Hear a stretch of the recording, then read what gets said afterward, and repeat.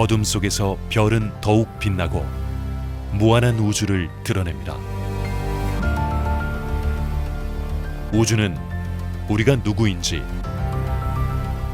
어디에서 왔는지를 묻게 합니다.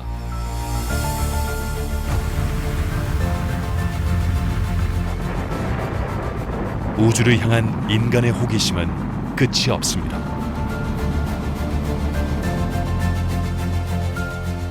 우리나라 우주개발의 역사 30년. 하늘을 올려다보며 꿈꿔온 시간.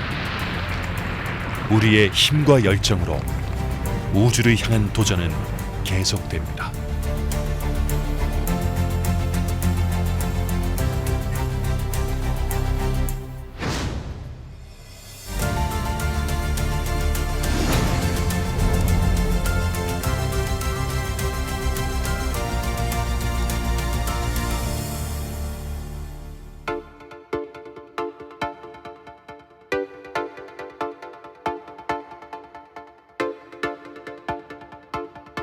인류가 처음 우주의 문을 연 것은 1957년 10월 소련이 쏘아올린 최초의 인공위성 스푸트니크 1호입니다. While the Americans were still finalizing their plans, Sputnik was launched. The springs snapped. 지름 58cm, 농구공만한 크기의 알루미늄 금속구는 지구를 하루에 16바퀴 돌며 신호를 보내왔고 The space age. 소련의 기술력을 전 세계에 과시했습니다.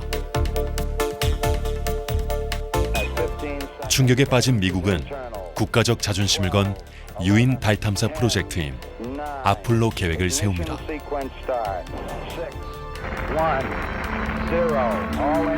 드디어 12년 후인 1969년 아폴로 11호가 처음으로 달 착륙에 성공합니다.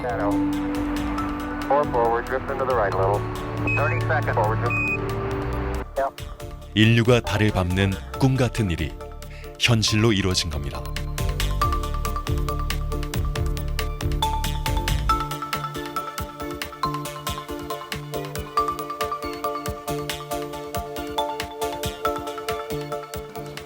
실제 우주 개발이 시작되었다라고 볼 수 있는 건 1957년에 그 소련이 그 최초의 인공위성 스푸트니크 1호를 발사를 하거든요. 그때부터 미소 간의 우주 경쟁이 벌어지죠. 그때 급격하게 우주가 발전하기 시작을 했죠. 사실 우주라는 게 그런 일단 우주로 나가는 것 자체가 너무 힘든 일이기 때문에 최신 현대적인 과학 기술이 아니고는 우주 개발이 시작을 못하니까 그때부터 시작되었다고 볼 수 있겠습니다. 극한 환경을 우리가 극복하기 위해서 기술 개발을 해야 된다는 거죠. 우리 아폴로 10때 줬던 게 가장 어떤 그 좋은 영감을 줬냐면 사람들한테 그런 극한 기술들을 개발을 하게 되면 인류는 그러한 극한에 대한 기술 개발을 통해서 인류의 어떤 그런 또 어떤 그런 삶의 어떤 그 질이 향상이 된다는 걸 알게 된 거죠. 첫 인공위성이 발사되고 63년이 흐른 오늘날 우주산업은 놀라운 성과를 이뤘습니다.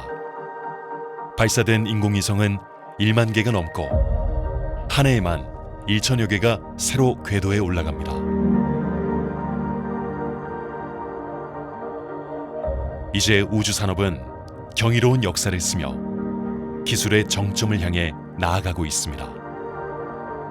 발사에 만족하지 않고 발사체를 회수하고 재사용하는 기술. 미국의 민간 우주 기업인 스페이스X가 선도하는 이 혁신적인 기술은 전 세계 우주 산업을 확장시키고 있습니다.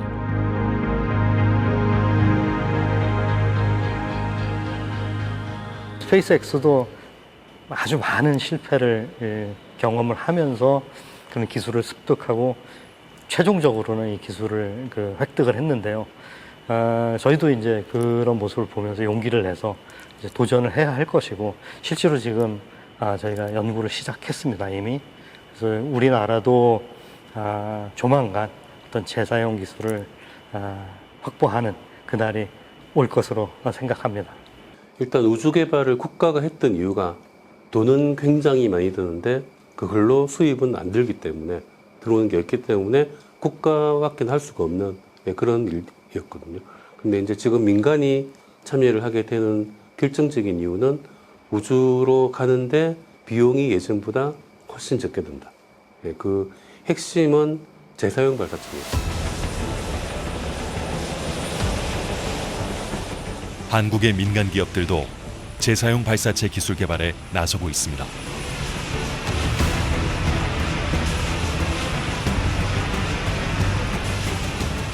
국내의 한 스타트업이 개발하고 있는 블루웨일 3.0 발사체가 지상 100m 높이로 발사되고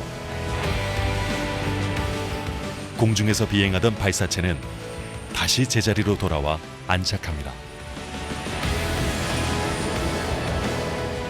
발사체를 재사용할 수 있다면 위성 개발과 연구에 막대한 비용을 절감할 수 있기에 전 세계 많은 국가와 기업이 도전하고 있습니다.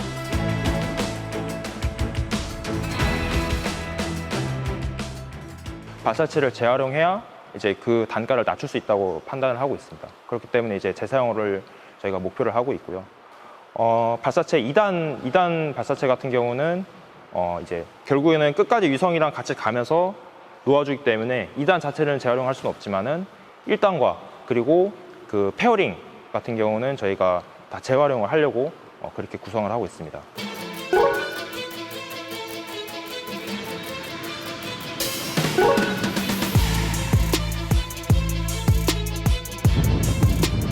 그렇다면 세계 우주 산업의 개발 수준은 어디까지 올라와 있을까? 이를 확인하기 위해 이탈리아 밀라노에서 열린 국제 우주 대회로 향했습니다.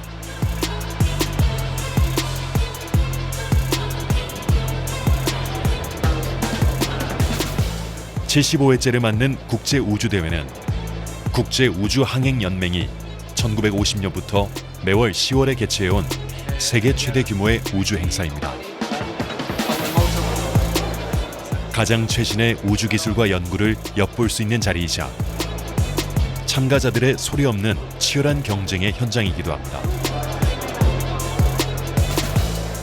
우주기술 강국인 미국과 중국, 유럽, 그리고 한국과 일본, 인도 등 수많은 국가와 기업이 참여하고 있습니다.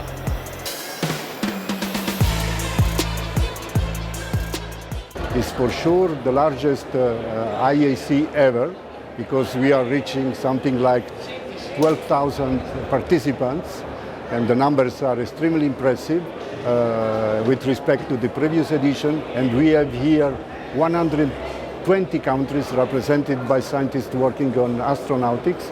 We have 500 companies, and we have 7,000 technical presentations. We have some classical presentation and IP presentation everywhere. We have so many other events related to this, which make this event unique in astronautics.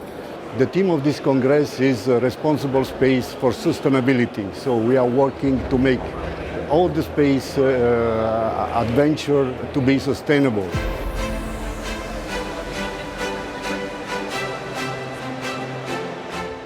많은 민간 우주 기업들의 참여가 눈에 띕니다. 유럽 최대의 민간 우주 기업인 탈레스 아레니아 스페이스. 탈레스는 우리나라 무궁화 위성의 GPS의 위치를 보종하는 중계기를 탑재한 업체이기도 합니다. 전 세계 68개국에 8만여 명의 직원을 둔 탈레스는 2023년 한 해만 184억 유로, 하나로 27조 6천억 원이라는 엄청난 매출을 올렸습니다.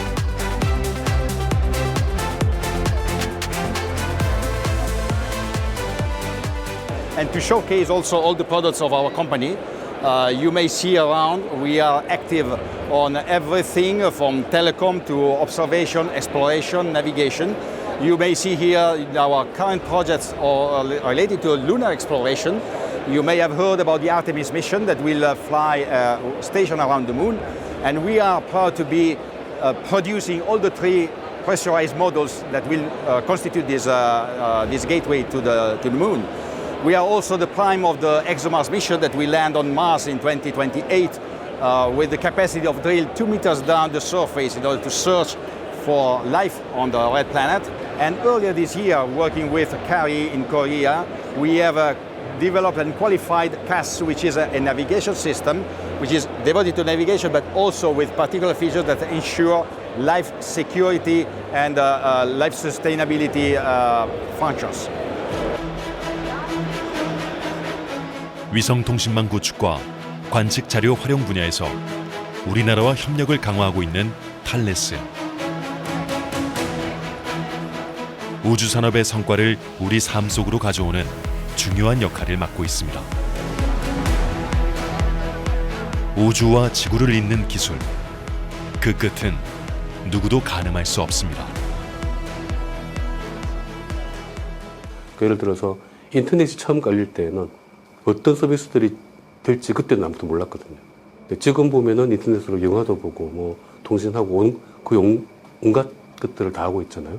그러니까 인공위성들도 성능들이 점점 좋아지면은 거기에 기반해서 지금 미처 생각하지 못하는 새로운 산업들이 아마 많이 생길 겁니다.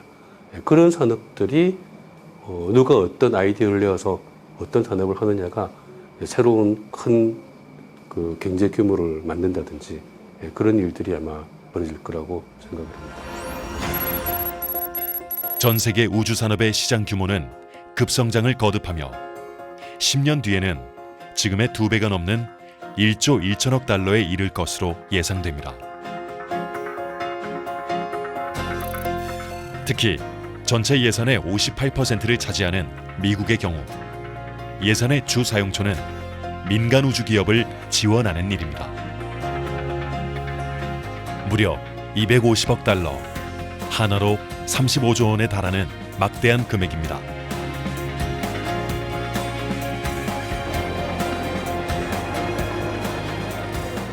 민간 우주 사업체에 과감한 투자를 아끼지 않는 나라 중에 일본을 빼놓을 수 없습니다. 최근 일본 정부는 민간 기업을 지원하기 위해 10년간 1조 엔 규모의 우주 전략 기금을 만들겠다는 파격적인 발표를 했습니다.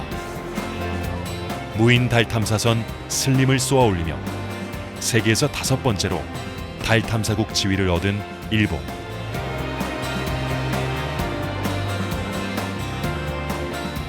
장난감 업체와 공동 개발한 탐사 로봇도 화제였는데 성인 주먹보다 작은 이 로봇은 달 표면을 촬영한 영상을 지구로 송신하는 데 성공했습니다.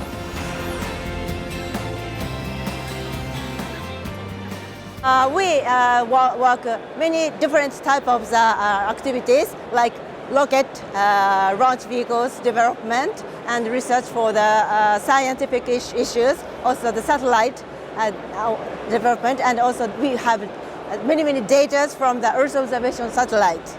So also we are aiming to space exploration. We have already landed on the moon and we are chasing the Mars exploration as well. Yeah, actually the lots of small company try to develop their space issues, space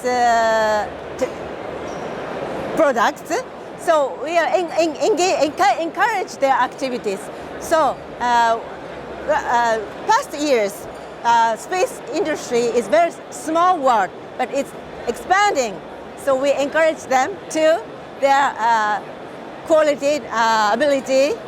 So and we get more space, great future.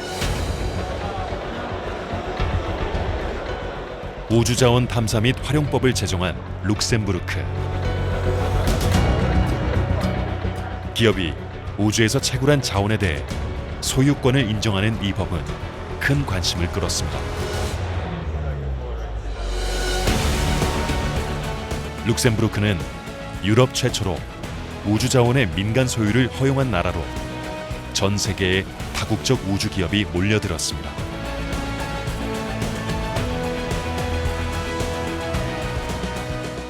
The Luxembourg space industry currently it's about 80 companies We have all different sizes of companies, from very small ones, startups, for example, startups from our incubation programs, up to very large companies like, of course, SES, which is our main company. The interesting thing is that we cover a large part of the value chain, the space value chain. We have companies developing space systems, space subsystems, and space technology flying in space. Some of this technology even going to the moon.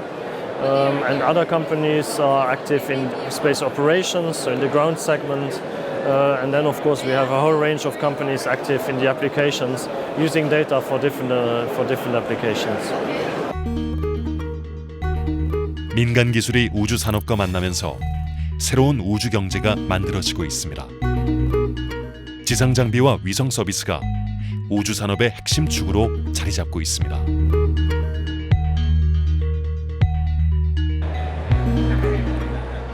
소형 위성을 만드는 민간 기업 타이바, 나노 위성과 큐브 위성으로 불리는 초소형 위성을 설계하고 제조하며 직접 운영하기도 하는 미국의 민간 우주 기업입니다. 타이박의 저비용 소형 위성은 가볍고 작지만 성능은 결코 뒤지지 않습니다. Moving forward with the new technology maturities and new components available nowadays, actually small satellites make a lot of sense. Now, when do they make the most sense? Small satellites, when you don't have to fly very big payloads, are probably the best option because they're very fast to manufacture, they're very cheap to launch compared to the bigger ones, and most importantly, if your application allows it, because again, you're not flying a huge payload, you'd rather go with maybe 5 small satellites rather than with 1. Why? If you have a constellation of satellites, on the one hand, you reduce the risk of losing one satellite because you have 5, right? So if you lose one, you can still cope with it. But most importantly, especially for Earth observation missions, you increase the revisit time. You have 5 satellites which are orbiting Earth. And so you have 5 times the number of passes and the number of measures you can take. So actually small satellites are really a shift in the industry and are really, really powerful. 초소형 위성들이 한 줄로 늘어서서 궤도를 도는 군집 위성. 많은 인공위성을 띄어 실시간으로 지구를 관측하기 위한 방법입니다. Now also a team of students can make a CubeSat with a few 100,000 or sometimes 10,000 euros or dollars. They can make a CubeSat and do experiment themselves. This is what people call space economy. So the industry are very excited to go in this direction, and we have so many small and medium enterprise coming here to make a business on this. 저궤도 소형 위성 산업이 새로운 우주 경제를 이끌어가고 있습니다. 소형 위성이 인류의 편리한 삶을 만들어가는데 중요한 역할을 할 것으로 기대를 모으고 있습니다. As I said before, I do believe that the space economy has a huge potential for creating value for society and for addressing the grand challenges we are facing, considering the digital divide, the management of the climate change, so coping with the climate change issues, and so on and so forth. To grow faster and wider, the space economy needs a lot of innovation, not only on the technology side, but also on the side of offering new services. On this regard, I think we need more agile approaches that is typical of small, medium enterprises and startups that are really able to offer new value propositions and experiment or piloting new services with non-space customers. So I think the private industry, primarily looking at innovative small, medium enterprises and startups, may play a relevant role in this transition, in this innovation path.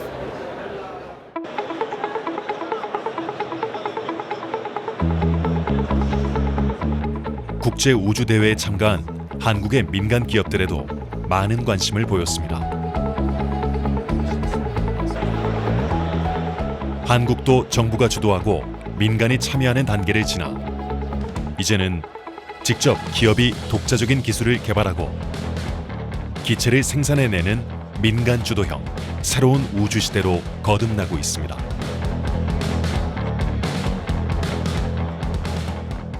새로운 이 뉴스페이스 시대 우주 경제의 규모는 비약적으로 또 폭발적으로 성장이 예상되고 있어서 그 어느 때보다도 산업체의 역할이 이제 중요한 시점입니다. 이런 시점에 카이는 그동안의 올드 스페이스 방식에서 벗어나 뉴 스페이스 시대로 향하기 위해서 적극적으로 준비를 하고 있습니다. 기술 혁신을 보여주는 또 다른 우리나라 민간 기업 메이사입니다. 메이사는 위성 데이터 분석을 통해 도시의 변화를 정밀하게 감지할 뿐만 아니라 재난 상황에도 빠르게 대응할 수 있는 서비스를 제공하고 있습니다. 그래서 위성 영상의 이제 장점이 넓은 지역을 이제 길게, 그러니까 과거부터 이제 영상을 찍을 수 있다는 장점이 있는데, 이런 장점 활용해서 이제 해외에 있는 건설 현장이라던가 아니면 어떤 특정 현장들의 이제 추이를 통해서 이제 분석하는 서비스들을 제공을 하고 있고요. 좀 더 자세하게는 이제 지반 침하를 분석한다거나 주변의 환경 파괴를 분석한다거나 불법으로 생긴 건축물이라던가 이런 것들을 탐지하는 서비스들이 제공되고 있고요. 한국의 민간 제약회사도 국제 우주 대회에 참가했습니다. 제약회사가 우주 산업에 직접 투자해 우주의학이라는 새로운 미지의 영역을 개척하고 있습니다.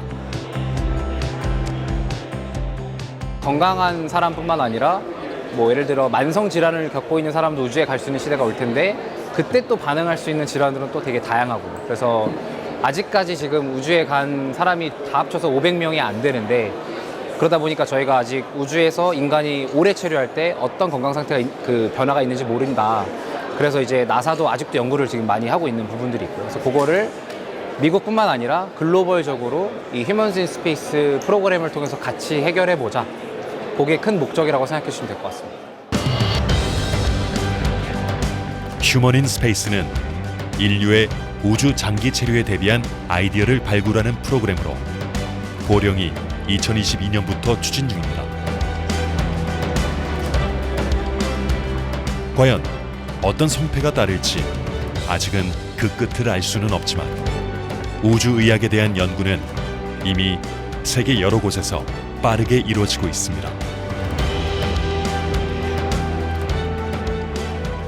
이 미세중력 상황에서는 약을 개발할 때 결국 단백질 결정화 과정을 거치게 되는데, 이 중력 상태에서 있으면 이 안에 있는 분자들이 일부 이렇게 모여 있고 고르게 펼쳐지지 못하는 형태가 좀 발생을 합니다. 근데 그거를 미세중력에서 개발하면 조금 더 고순도의 약을 개발할 수 있는 환경이 있고요. 그러다 보면 그거에 맞춰서 다양한 또 질병을 다룰 수 있는 약이라든가 치료제를 개발할 수 있는 환경이 더 만들어지는 부분들이 있고요. 보통 우주 산업이라고 하면은 이제 로켓이라든지 인공위성들을 많이 떠올리면서 좀 어려운 거 아닌가, 라고 많이 생각을 하는데, 실제로는 그 우주와 관련된 거는 굉장히 많이 있습니다. 그러니까 예를 들어서 이제 요즘 만약에 사람이 우주로 간다면은 우주와 의료와 관련된 부분도 우주 산업과 연결이 될 수 있고, 우주를 가게 되면 또 뭐 국제 우주 정거장 같은 데에서 숙박을 해야 되거든요. 그러면은 묵고 자야 되니까 이 호텔 관련 그런 부분도 우주와 연결이 될 수 있고, 그리고 이제 우주에서 뭔가 제조를 할 수도 있습니다. 그러니까 무중력이기 때문에 지구 중력 때문에 방해를 받는 것들이 있거든요. 아주 정밀한 가벼운 것들을 만들 때에는 그런 것들은 우주에 가서 제조를 할 수도 있고, 거의 내 주변의 모든 것들을 우주와 연결시켜 버리면은 우주 산업이 됩니다. 마치 500년 전 대항해 시대처럼 인류의 새로운 도전의 바다가 될 우주. 항해자들이 새로운 대륙을 향해 나아갔듯 오늘날 우리는 우주라는 무한한 영역을 향해 항해 중입니다.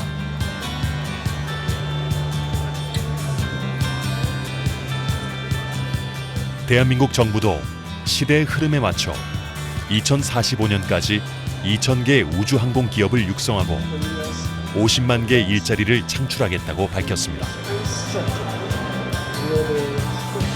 세계 시장 점유율도 현재 1%에서 10%로 확대한다는 목표를 세웠습니다. 기존에 저희 대한민국에서는 주로 정부 주도로 이런 우주 활동이라든지 어떤 우주 운영에 대한 고민이 굉장히 많았는데요. 이번 IAC에 오면서 민간 기업들이, 저희 국내 기업들이 국제 우주 시장에 진출하는 모습을 볼 수 있게 되었습니다. 우주는 굉장히 넓고 굉장히 다양한 분야에서 저희 한국 민간 산업체들도 충분히 그 역량을 발휘할 수 있다고 생각하고 있습니다. 제가 우주에 딱 갔을 한 16년 전, 한 20년 전만 해도 우주 산업은 그냥 미국에만 있는 것이었어요. 중국도 정부 주도, 러시아도 정부와 군 주도, 뭐 유럽도 한다고 하지만 어쨌든 커머셜리 우주를 하는 곳은 미국밖에 없었어요. 근데 지금은 만나보면 막 되게 멋진 회사들이 터키에 있고 남아공에 있고 뭐 중동 어디엔가 있고 뭐 이런 일들이 일어나다 보니까 이제 그 산업으로서의 우주가 정말 본격화돼 있고 그 정부 주도가 아니라 민간이 이끌어가는 우주 산업이 그냥 제 눈앞에 왔구나라는 생각 되게 많이 드는 것 같아요. 우리나라 우주 산업은 현재 어느 수준까지 와 있을까? 대한민국 우주기술개발과 연구의 핵심 기관인 한국항공우주연구원. 우주산업은 크게 인공위성과 발사체, 위성 데이터 활용 서비스로 나눌 수 있습니다. 우리나라 우주산업 역사의 시작은 인공위성이었습니다. 우리나라 인공위성 개발 역사는 많은 사람들이 알고 있다시피 우리별 1호부터 시작했다고 보시면 되거든요. 우리별 1호가 이제 1992년도에 발사했고요. 1999년도에 발사한 이제 아리랑 1호 위성이 있습니다. 아리랑 1호 위성은 뭐냐면 실제 미국하고 공동 개발도 했고 저희들 연구진들이 실제 참여했고 그리고 거기에 대한 시험이라든지 운영에 대한 모든 것들을 저희들이 했기 때문에 실용급 위성으로 첫 번째 위성은 이제 아리랑 1호 위성이라고 보면 되고요.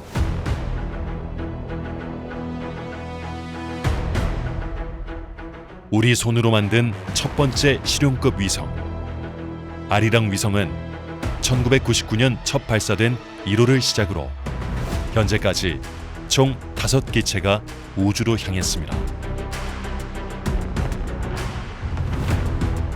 위성 산업의 후발주자였지만 단시간에 기술력을 높여나가며 세계 수준의 반열에 올라섰습니다.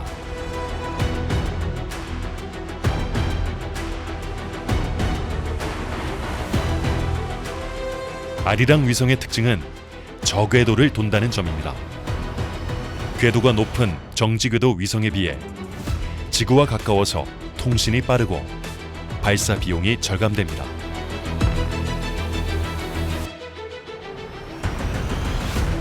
우주에서 지구를 바라보는 대한민국의 눈.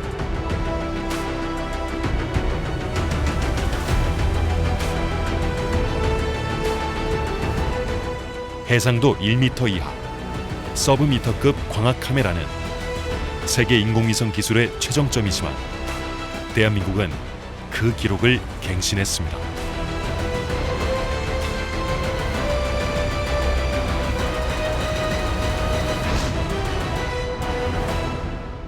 이제 아리랑 위성의 가장 큰 목적은 뭐냐면 지구 관측입니다. 지구 관측이라고 하는 게 크게 보면 이렇게 우리가 알고 있는 사람들 눈에 보이는 그런 영상을 제공한다든지 또는 레이더라고 해서 사람 눈에는 잘 보이지 않지만 전천으로 관측할 수 있는 다시 지구 관측 위성이 되는 거고요. 그리고 실제 위성이 이렇게 카메라다 보니까 우리가 알고 있는 TV나 아니면 핸드폰 카메라로 갖다 보시면 됩니다. 사람들은 뭐냐면 좋은 해상도를 자꾸 원하는 거죠. 실제 보면 왜냐하면 내가 더 정밀하게 보고 싶고 더 정확하게 보기 위해서. 그래서 현재는 어떻게 되냐면 모든 위성들의 어떤 그런 해상도 측면이 계속 올라간다고 보시면 됩니다. 그래서 뭐 저희들이 제일 처음 했을 때가 한 6m 정도. 다시 말해서 내가 위성에서 본 한 개의 점이 지상에 6x6 정도 되는 그 어떤 크기였다면 지금은 어느 정도까지 와 있냐면 30cm 미만까지 와 있는 상태죠. 인공위성의 성공에 힘입어 발사체 개발에도 박차를 가했습니다. 대기 측정용으로 개발된 과학 관측 로켓, 과학 1호와 2호의 발사에 이어 3,000개의 부품을 순수 국내 기술로 설계하고 개발한 KSR-3까지 순조롭게 진행됐습니다. 위성에 필요한 또 발사체들이 있습니다. 그게 뭐냐면 저희들이 보면 사운딩 로켓이라고 해서 그게 KSR이라고 부르는 건데 그게 이제 그 다음해인 1993년도에 이제 발사하기 시작했던 거죠. 그러니까 그 KSR을 쏘면서부터 이제 저희들이 알고 있는 뭐 누리호라든지 나로호라든지 그런 것들에 대한 전신들이 이렇게 탄생하게 됐던 거고요.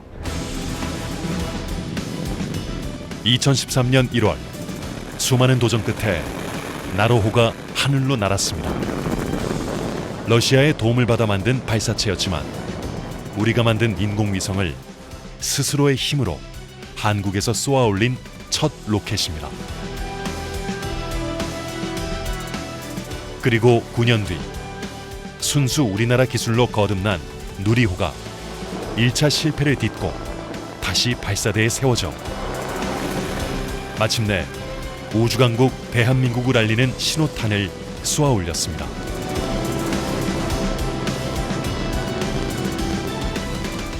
나로호와 누리호 개발 역사는 우리나라 우주 개발의 역사인데요. 소형 위성급 발사체 개발에서 이제 실용 위성급 발사체 개발로 이렇게 확대가 되었는데요. 소형 위성급 발사체가 바로 나로호입니다. 그리고 누리호는 그 나로호 기술을 통해서 기술 자립을 목표로 해서 진행을 했습니다. 2022년 6월에 저희가 결국은 이제 발사 성공을 했고요. 그 발사 성공으로 인해서 1톤급의 1톤급 이상의 위성을 발사할 수 있는 세계 7번째 국가로 등극을 하게 되었습니다. 그리고 누리호 3차 발사는 정부 주도의 사업을 넘어 대한민국 우주 산업의 판도를 바꿨습니다. 민간 기업이 제작에 참여하는 수준을 넘어 주도적인 역할을 맡으며 새로운 우주 시대를 열었습니다.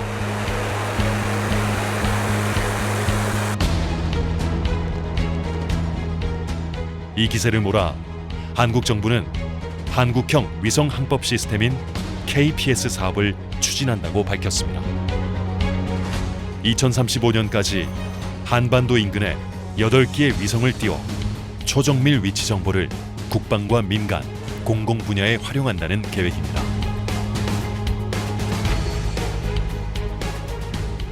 그동안의 우리나라 우주 발사체 개발은 그 시험의 성격에 강했고 개발의 성격에 강했기 때문에 지속적인 어떤 안정적인 어떤 생산을 보장하기가 상당히 어려웠습니다.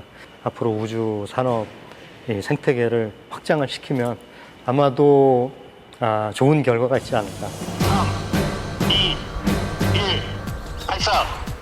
이탈 신호 확인.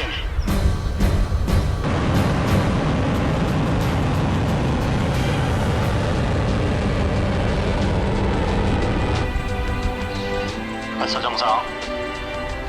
순수 국내 기술로 개발한 싸 위성이 발사 정상을 알리는 순간 현장은 긴장감이 환호로 바뀌며 뜨거운 감동이 퍼져나갔습니다. 제주도 중문 해안에서의 인공위성 발사는 발사체 기술과 궤도 진입 기술, 인공위성 제조 기술이 만나 결실을 맺는 순간입니다.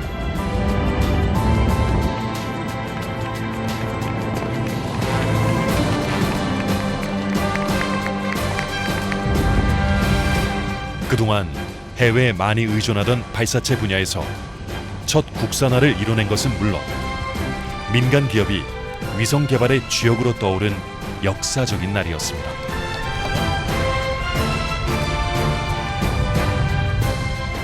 제주 해상에서의 발사는 제주가 대한민국 우주 산업의 새로운 중심지로 자리매김할 수 있다는 자신감을 갖게 된 순간이기도 했습니다.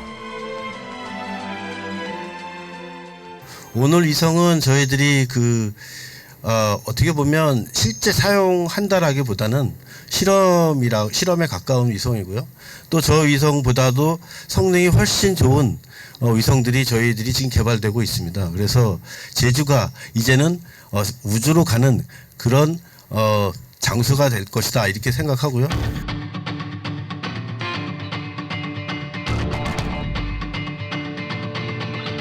실제 우주에서 로켓의 단분리가 이루어지고 100kg의 위성이 로켓에서 분리돼 저 궤도에 안착했습니다. 본체와 태양 전지판이 일체형으로 설계된 사 위성은 총알보다 빠른 속도로 하루에 지구를 14바퀴 이상 돌고 있습니다. 제주에서 처음으로 쏘아 올린 사 위성이 지상관제센터로 보내온 사진들입니다. 미국 뉴욕의 센트럴파크와 두바이의 상징인 팜 주메이라가 선명합니다.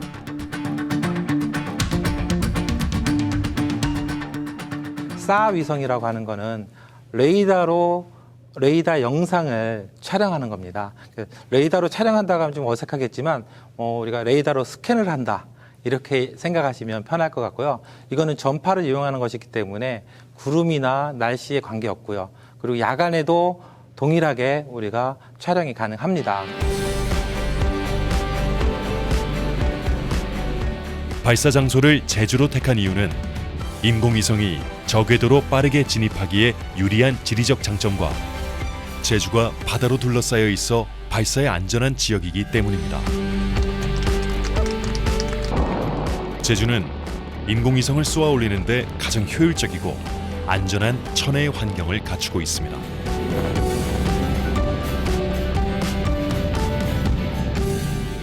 처음에 발사할 때부터 그 방향으로 회전할 수 있도록 각도를 맞춰줘야 됩니다. 그래서 그런 경우에 우리 국내에서 발사를 한다고 하면 제주도 최남단이 가장 적합한 위치로 판단을 했고요.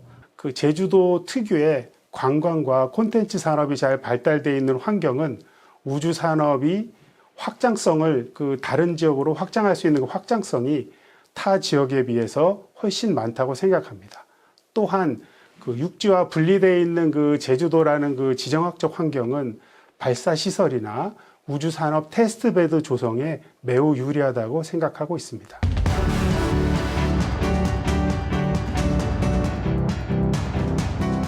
민간 우주 산업의 중심지로 도약하려는 제주.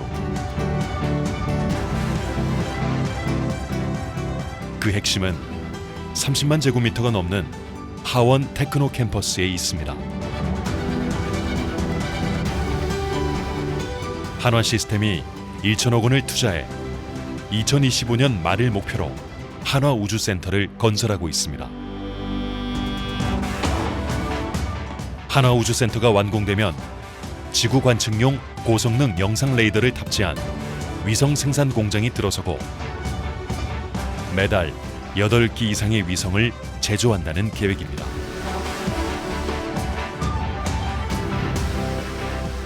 한화시스템은 제주 한화우주센터를 중심으로 글로벌 우주 산업을 선도하기 위한 다양한 계획을 구상하고 있습니다. 저희는 위성 생산에 그치지 않고 다양한 형태의 위성 개발 사업과 서비스 사업에도 참여할 예정입니다. 예를 들어 앞으로 6G 글로벌 우주 인터넷을 위한 저궤도 통신 네트워크를 구축하여 전 세계적으로 인터넷 서비스를 확대하는 프로젝트를 추진 중에 있고요. 이를 통해 제주를 글로벌 우주 네트워크 허브로 발전시키고자 합니다. 제주도는 하원 테크노 캠퍼스를 민간 우주 산업의 거점으로 조성한다는 계획입니다.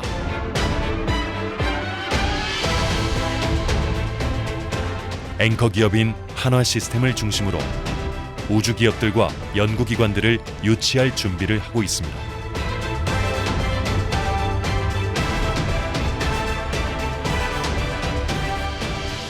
하원 테크노 캠퍼스는 이미 정부에서 산업단지로 고시가 됐습니다. 그리고 2028년까지 준공을 목표로 단계를 밟아 나가고 있고요. 우주와 관련된 기업들이 그리고 또 국제 연구기관들이 하원 테크노 캠퍼스로 입주할 수 있도록 지원 정책을 펼치고 있다는 점 말씀드립니다. 우리나라 정부에서도 제주도의 지리적 중요성을 인식해 제주에 국가위성운영센터를 구축했습니다. 국가위성운영센터는 현재 우리나라에서 운영하는 5기의 저궤도 위성을 관제하고 수신된 영상을 처리 배포하는 임무 등을 하고 있습니다. 2030년까지 70여 기의 위성을 관제할 계획입니다. 저희 제주에는 한림읍의 우주환경센터 그리고 구자읍의 국가위성운영센터가 있습니다. 이러한 국가 우주자산을 이곳 제주에서 활용할 수 있는 이러한 시스템들을 계속 발전시켜 나감으로써 제주 우주산업이 미래 세대를 위한 장기 지속성 가능성에 크게 이바지할 것으로 보고 있습니다.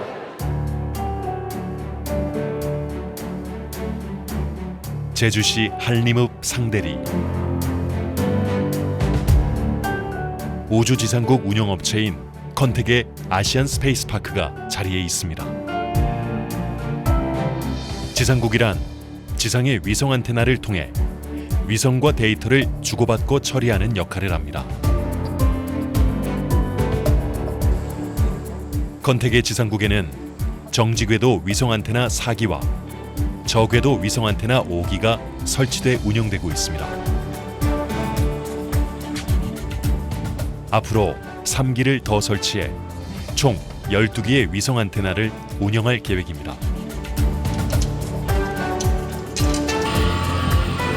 동그란 축구공 모양의 레이더 돔은 비나 바람으로부터 내부에서 움직이는 안테나를 보호하는 역할을 합니다. 지구 주위를 돌고 있는 위성이나 발사체에서 수집된 정보들을 지구에 송신하면 이 안테나를 통해서 데이터를 받는 그런 역할을 수행을 하고 있습니다. 위성 안테나에 수신된 위성 데이터와 영상들은 서버에 저장되고 자동 전송됩니다. 다른 우주 산업과 비교하면 저비용 고효율 산업으로 제주가 최적지입니다. 물리적으로는 일단 한라산을 제외한 다른 지역들이 굉장히 평지로 이루어졌기 때문에 그런 장애물이 없는 그런 환경, 그리고 육지 대비해서 전파에 대한 그런 혼 간섭이 굉장히 좋은 그런 전파의 청정 지역이기 때문에 일단 저희가 그렇게 선정을 했고, 지상국의 역할을 보다 자세히 파악하기 위해 대전에 있는 컨텍 본사를 찾았습니다. 이곳에선 전 세계 9개 국가에 설치된 지상국 10곳을 실시간으로 모니터링하고 있습니다. 지구 위를 돌고 있는 1만 개가 넘는 위성의 데이터를 송수신하기 위해선 수많은 지상국이 필요합니다. 전 세계 안테나를 구축을 해놓고 이제 위성이 한 번씩 이렇게 궤도를 지나갈 때마다 하나씩 찍고 내려주고 해주는 이제 그런 서비스를 위해서 전 세계 안테나를 구축했다고 봐주시면 될 것 같습니다. 위성의 카메라가 이제 좋아지고 해상도가 하다 보니까 이제 빠르게 데이터를 내려줘야 되거든요. 그럼 데이터를 내려주려면 주파수를 이용한 통신에는 한계가 있습니다. 더 빠르게 낼 수 있는 주파수보다 10배 이상의 효율을 낼 수 있는 레이저를 이용한 통신 지상국이 이제 각광받을 거라고 생각을 하고 있습니다. 인공지능 기술이 빠르게 위성에 적용되면서 지상국에도 변화를 거듭하고 있습니다.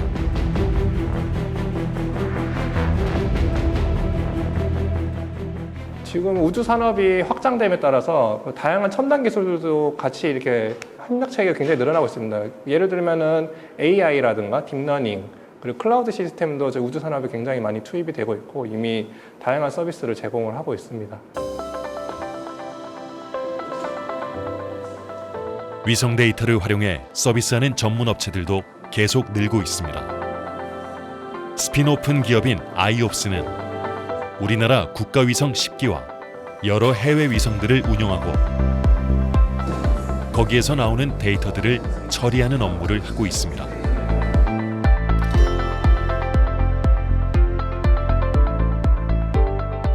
아이옵스는 위성 데이터에 AI 기술을 적용해 고객 맞춤형 콘텐츠를 제공하고 있습니다.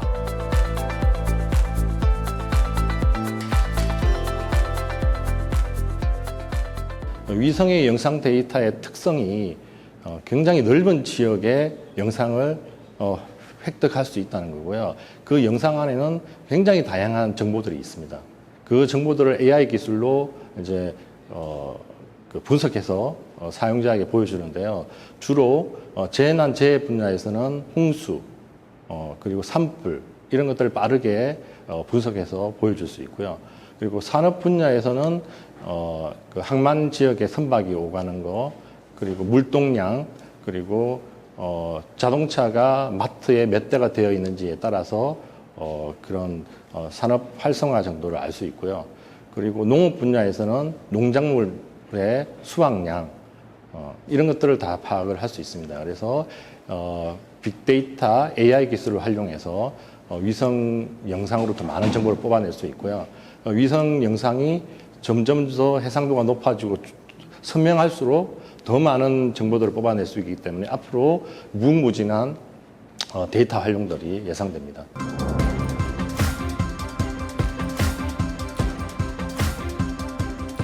특히 위성 영상 데이터는 국토와 해양 관리, 농업, 경제 등 다양한 분야에 활용이 가능합니다.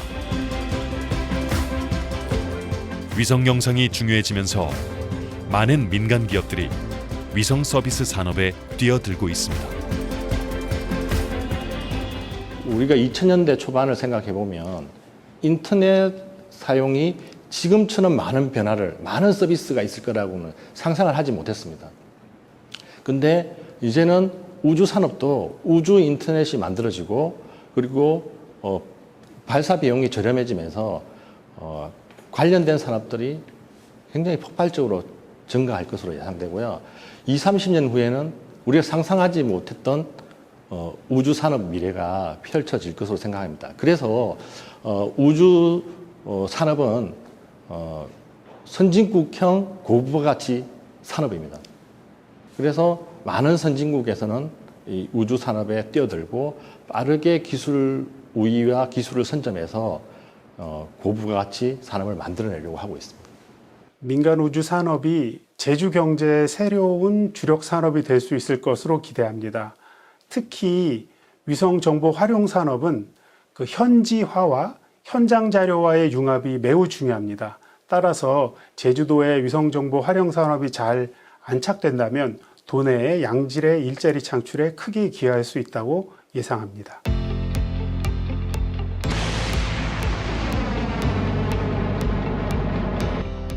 제주에서 세 차례 과학 로켓을 발사해 2번의 성공을 거둔 국내 민간 스타트업인 페리지 에어로스페이스.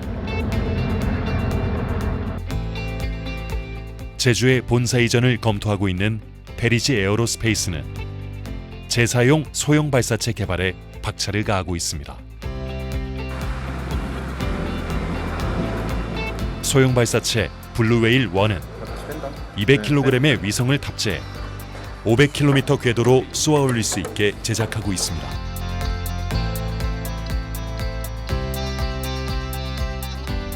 길이 21m, 무게 20톤급 발사체인데 추진력이 높은 액체 메탄 엔진과 가벼운 고강도 소재가 특징입니다. 기존에 이제 그렇게 오래 걸렸던 소형 위성들 입장에서 좀 더 빠르게, 그리고 원하는 궤도로 좀 빠르게 서비스할 수 있는 그런 장점을 가지고 있습니다. 그래서 그런 저희는 시장을 노리고 있고, 국내뿐만 아니라 이제 세계에 있는 소형 위성들, 그리고 아무래도 이제 소형 위성들이 점점 더 시장이 커지고 있다 보니까 그런 시장들에 좀 대응을 잘 할 수 있게 될 것 같습니다. 국가는 안보 공공 목적의 중대형 위성 개발과 재난 대응, 국토 관리, 농업, 임업 등과 같은 공공 서비스 발굴에 노력을 하시는 게 좋을 것 같습니다. 민간은 초소형 위성 개발 중심으로 위성 개발을 가져가고 공공 서비스의 운영, 그리고 민간 서비스 발굴에 집중하는 것이 좋을 것으로 생각하고 있습니다.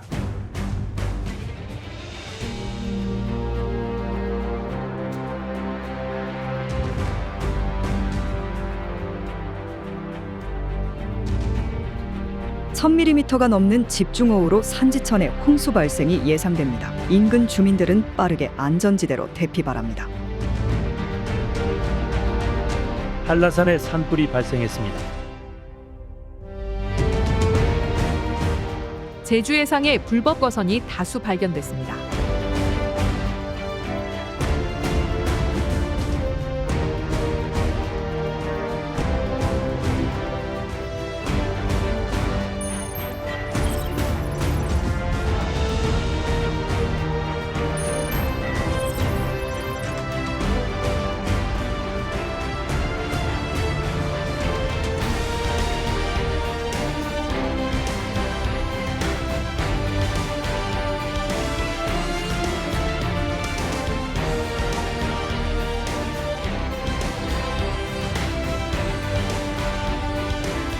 제주도는 민간 우주 산업의 거점 지역으로 우뚝 서는 꿈을 꾸고 있습니다.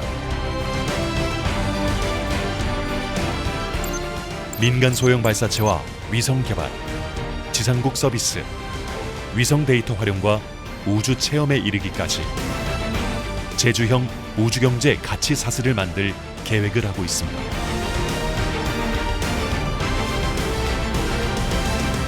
앞으로 위성의 제작과 관련돼서도 많은 기업들이 제주로 올 수 있는 여건이 마련되고 있다는 점 말씀드리고요. 그리고 위성을 활용한 다양한 영상 정보나 데이터 정보를 처리하는 기업들이 제주에 와서 영업 활동을 하고 있기 때문에 더욱더 많아지리라고 생각합니다. 천혜의 자연 환경 속에서 우주 경제를 향한 새로운 도전을 마주한 제주. 민간 우주 기업이 제주와 서로 상생하며 성장할 수 있는 우주 생태계 조성을 꿈꾸고 있습니다. 우주를 꿈꾼다는 것, 그것은 새로운 미래를 향한 도전이자 무한한 가능성의 시작입니다. 인류가 원래 태어나기를 아프리카에서 태어났거든요. 근데 지금 지구 전체에 퍼져 있잖아요. 그게 뭔가 밖으로 더 미지의 세계로 나가려는 욕망이 타고난 DNA에 있는 것 같습니다.